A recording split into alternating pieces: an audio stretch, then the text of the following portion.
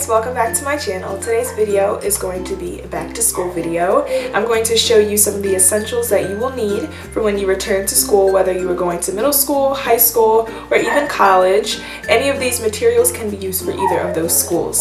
And I will also give you some tips and advice for freshmen who are going into high school. So let's get started. So the first thing that you are going to need for school is definitely a backpack. This is the backpack by JanSport that has like 1,000,001 pockets in it.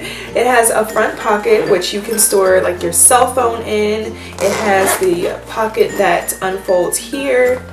It also has two larger pockets, so a pocket right here and then a pocket right here that's much larger than that. And this is great for just storing all of your binders, your notebooks, and just a lot of things. It also has a nice space for your water bottle that you can just store your water bottle in, so that's perfect. So another thing that you are going to need most likely is a binder. So this is just a simple black binder. I want to say that this is maybe like an inch and a half, 1.5 inch binder. Some schools require you to have a binder, some require you to have just a notebook or folders. I typically don't like to use a binder. Since I'm in college, binders are just so difficult to lug around in my backpack, and since I do not reside on campus, I end up taking all of my books with me, and binders are just added weight to my back, and I just prefer not to use binders. I like folders or notebooks instead. Moving on, you're gonna need a notebook.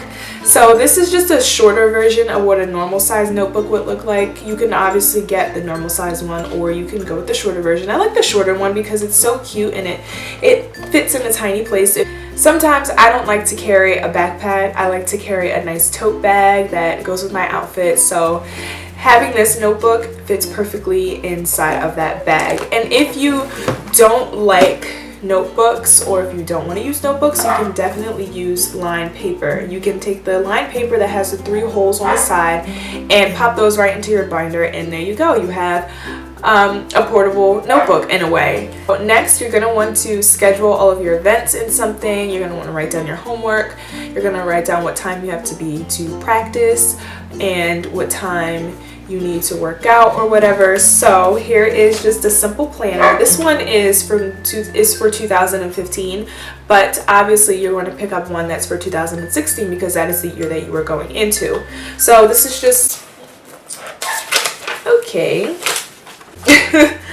This is just a simple planner, and I love how it has the tabs on the side that you can just flip right to the month that you need. As you can see, my month of April was pretty booked in 2015, so I just like to write all of my notes and schedule my events on the calendar. I like to write them directly onto the calendar, and if I have any notes that I want to take, then I can write them on the side here, or I could flip to that specific day and then write those notes on the lines here. So there's that. Something that you are not going to be able to complete your school year without are pencils. You're going to need pencils. You're going to need something to write with. So here are these pencils that I have. These are just the old school wooden pencils. You can get these from anywhere. These are from Target as well. And these are actually the Target brand, so they're a little bit cheaper than the normal ones, like the Ticonderoga.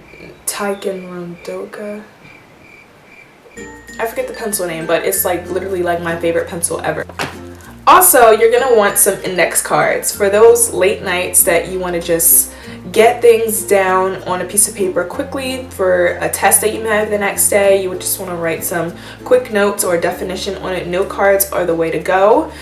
They're so easy and simple. You can just simply write the word on the blank side of the note card and then write the definition on the other side that has the lines on it. So note cards definitely come in handy, especially in college, because you're going to want to study a lot for your tests or study a lot for assignments or projects or whatever it is that you have as your assignment, and you're just going to want to write like little tiny notes, hence note card.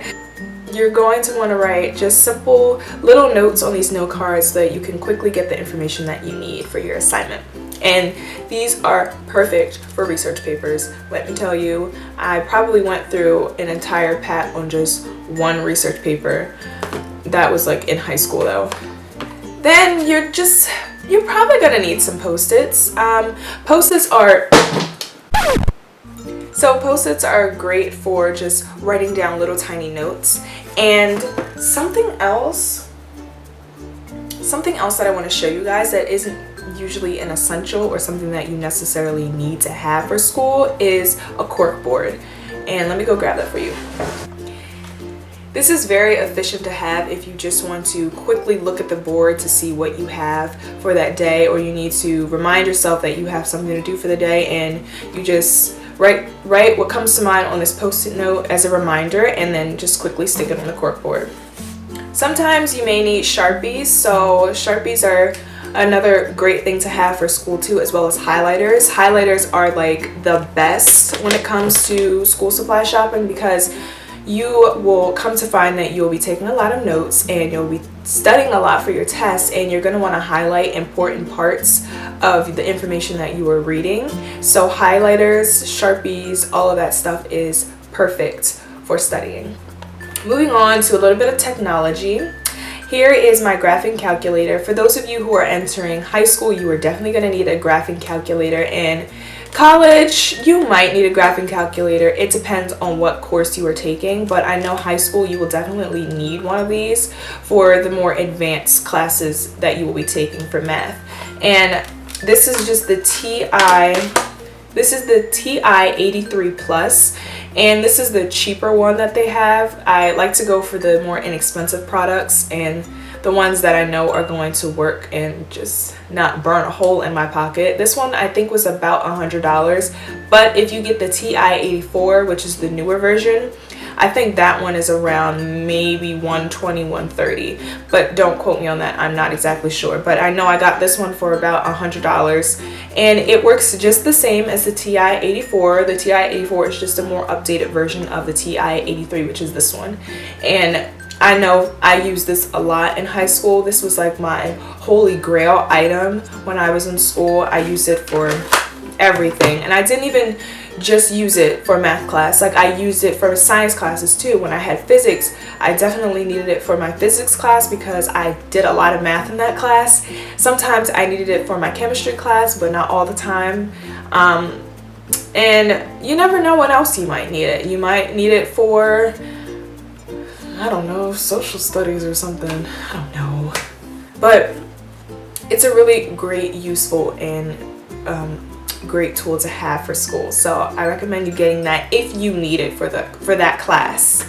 But 9 times out of 10 you are going to need a graphing calculator once you get to high school. So I recommend getting this one because it is a little bit more inexpensive than the TI 84, and it does just the same amount of work.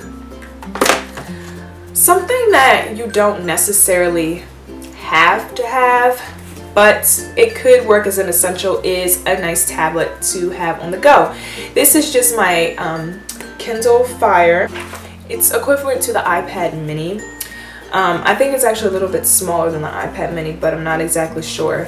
An iPad mini, a Kindle, any kind of tablet is really good to have because you can quickly look at information on there instead of just bringing an entire laptop. And I know for high schoolers, you won't need a laptop because usually the school provides it for you, but for college it is very, very important to bring your own laptop if you do have one, because you're going to be traveling so much back and forth from class to class, and you're not going to have time to reach the computer lab in time before your next class. So it's important to have some piece of technology with you, whether it be a phone, a tablet, or a laptop. I prefer a laptop because I'm in college and it's just so much easier, but if I am on the go, this is perfect to have too as well. And it doesn't run up data like your phone does, and that is a plus for me because I'm always using data for something. So this is great to have in school. You can just connect to the Wi-Fi and there you go. Another piece of technology, or just something that you can use with technology that I like to have, is headphones.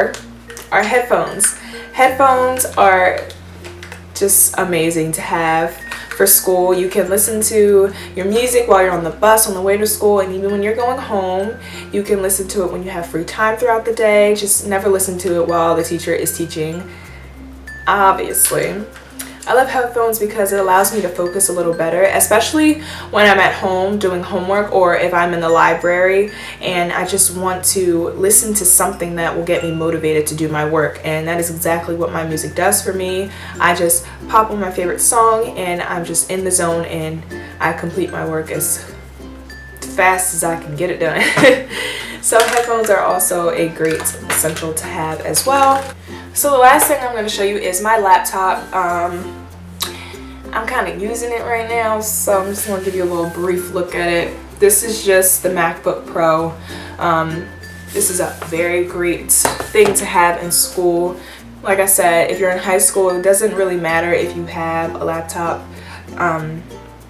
If you have a laptop in high school, it's not really required for you to have one, and it's not really required for you to have one either in college, but it's just more helpful if you do have one in college because you can get things done a little bit faster and on your own time. Whereas in high school, they usually do provide you with some piece of technology, so you can rely on that piece of technology provided in your school. They're essential that I don't have with me at the moment, but you can definitely have for school. Hand sanitizer and lotion. Hand sanitizer is perfect for school because the school is filled, and let's be honest, with lots of germs, especially on the doorknobs, on the phone in case you need to use the phone for some reason, on the bathroom stalls, or the bathroom door. Oh my god, it just grosses me out thinking about it. But hand sanitizer is just so quick and easy for you to use. You can use it before you eat lunch and after you go to the bathroom, even though you washed your hands. So it's just something that you can just quickly grab out of your bag and just cleanse your hands with. And then lotion. Oh my god, lotion is my best friend when it comes to school. I am always dry. Like, my hands and elbows are literally the Sahara Desert. All the time. All the time. So just get like a little hand bottle or a little travel size bottle of lotion to take with you to school, just so if your hands get dry throughout the day, you can just quickly go in your bag and just lather up. So now moving on to some of the tips that I have for any incoming freshmen or just for anyone in general who is looking to turn their whole high school career around or college career. So I have 5 twit. What is a twit? What is a twit, Jasmine? I have 5 tips that I want to share with you guys about entering school, whether it is middle school, high school, or college. So tip number 1 is to definitely write down all of the homework assignments that you will be receiving and to do all of your homework. I definitely did this when I was in school. I did it freshman year all the way out to senior year. I wrote down the assignments that I had the day that I received it, and I went home and I started those assignments as soon as I got it. Starting the assignments the day that is actually assigned is so much easier than just doing it the day before it is due. Doing your homework the day that it is assigned, you are at a greater chance of completing the homework in that day or throughout the week than if you complete it the day before it is due.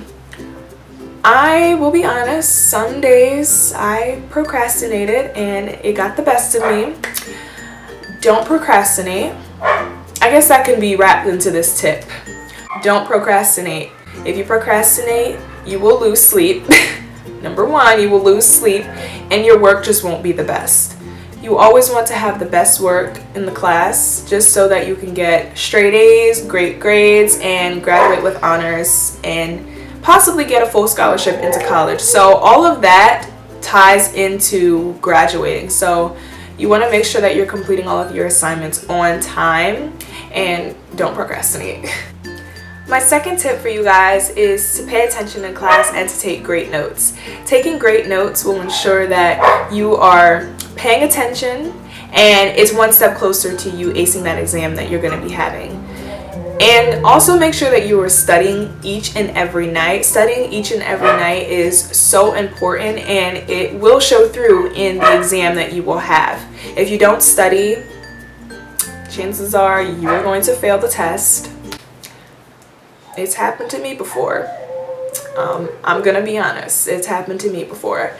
But the majority of the time when I studied, even though it may seem like it's gonna take forever and all night, just study. Study as much as you can on the content, and you will definitely ace the exam, or at least get a very, very good score because you tried. If you don't try, you won't succeed. Tip number three is to get involved, play a sport or join a club. For me, sports were not my thing, and just a little sidebar, in the 9th grade, I tried out for soccer, and I had never played a sport before that. Never have I ever just been like the athletic, sportsy person. So I went into high school thinking that, okay, maybe I can just join the soccer team and I can play soccer and I can be like the all-star of the team and be the greatest, I can be captain and all that.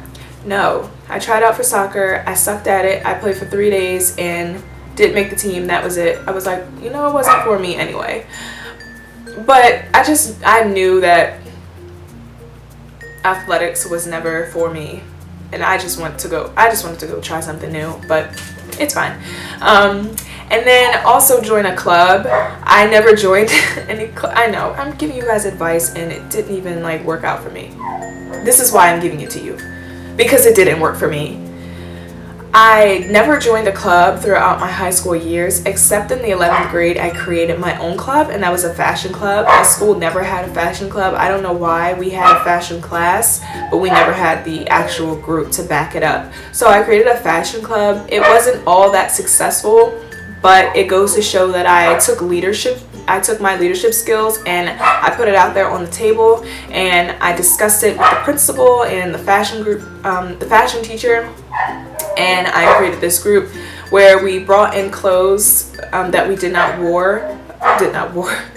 We brought in clothes that we did not wear, and we kind of just cut them up and sewed them back together and just made new outfits out of it. The club didn't last very long. It lasted for maybe like 3 weeks, and we were supposed to have a fashion show at the end of it, but that didn't really work out either. So it just goes to show that I tried, and I was a leader in the end of it, even though none of it even happened really. But definitely get involved in a club, whether it's an art club, drama club, a robotics club, I don't know, just get involved in something. It's always great to see on a resume that you were a part of this or you did that in high school or in college. It looks very, very great on a resume, so definitely do that. Number 4 is to just be yourself.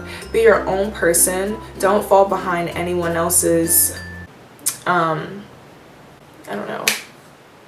Don't follow behind what everyone else is doing, because chances are what they're doing is not, and it's not positive and it's not benefiting them. So just because this person is doing this and it looks cool to you and to them doesn't mean that you should go ahead and do it. And just stay true to who you are. Don't get involved in anything that you know you wouldn't really do around your parents or your parents wouldn't do. So just keep that in mind. Just be yourself, be your own person, have your own goals, and go forth with those goals. And tip number 5 is to be the best you can be. Be the best person in the class, the smartest person in the class. Don't let anyone tell you you're the teacher's pet. That is nonsense. I hate when, I was never the teacher's pet, but I just hated when people would call other people the teacher's pet. Like, why is it such a bad thing that I want to get good grades and I want to be nice to this teacher? Why is that wrong? I don't understand. But just be kind to everyone. Get all of your work done and get it done right. Make sure you aim for those straight A's and aim for the highest. Get honors. Just be the best. Be the best at everything. It's okay and it's alright to make a mistake every now and again. But what really matters is that you can fix that mistake and turn it around into something positive. So just take that and let it all sink into the noggin. Let it all sink in. But overall, just be the best you can be. That concludes this video of my back to school essentials, everything that you need for going back to school, and also my 5 tips that I have for anyone entering school and for those who are just looking for more advice on how to carry out their high school or college years. I hope you guys enjoyed this video. Please like, comment, and subscribe to my channel, and also share this video with a friend. And please stay tuned for more videos to come. I'll see you guys around. Bye.